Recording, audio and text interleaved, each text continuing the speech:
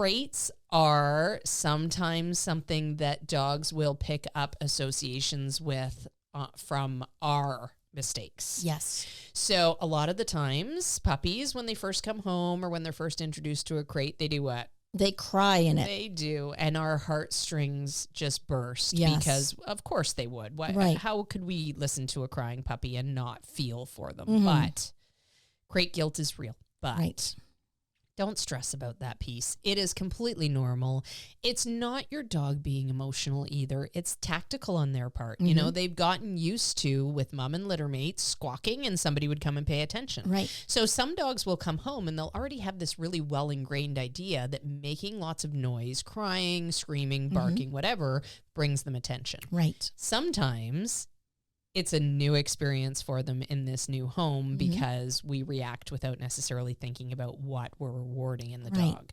So the best tactic when you've got a young puppy that you're introducing to a crate is to not feed into that crying and not reward it. Right. So I always want to make sure that anytime I go to my dog's crate or I release them from the crate or I give them any sort of positive attention in the crate, it's when they're being quiet. Yes. Because then they start to click, oh, Right. it's me being quiet that helps Yes. with getting me attention as a new tactic. Right, yep. And then they'll move on to that tactic. Yes. You know, dogs they don't get stuck in the past where No. they're like, oh, I miss crying in the crate. I miss that Right, tactic. yes. And, you know, I'm going to try it again to see if it'll work. If we give them alternate tactics to use, they're going to take that. Right. Yes. So. Yeah. People often create their own separation anxiety Yeah. by the puppy starts to cry and, oh no, I'll get you out. Don't worry. And the puppy goes, aha, I know what to do to make you.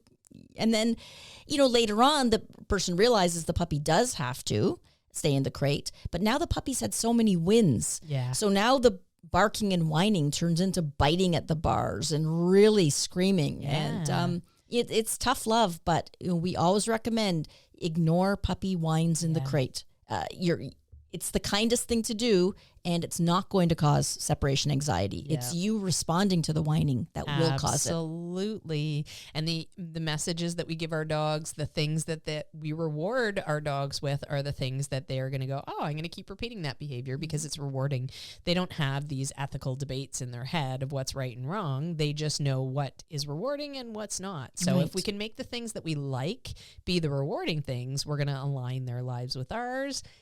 And then it's just smooth sailing. Now there's probably going to be some bumps along the way. There's always bumps. Yeah, puppy training is never a straight line. There's many dips.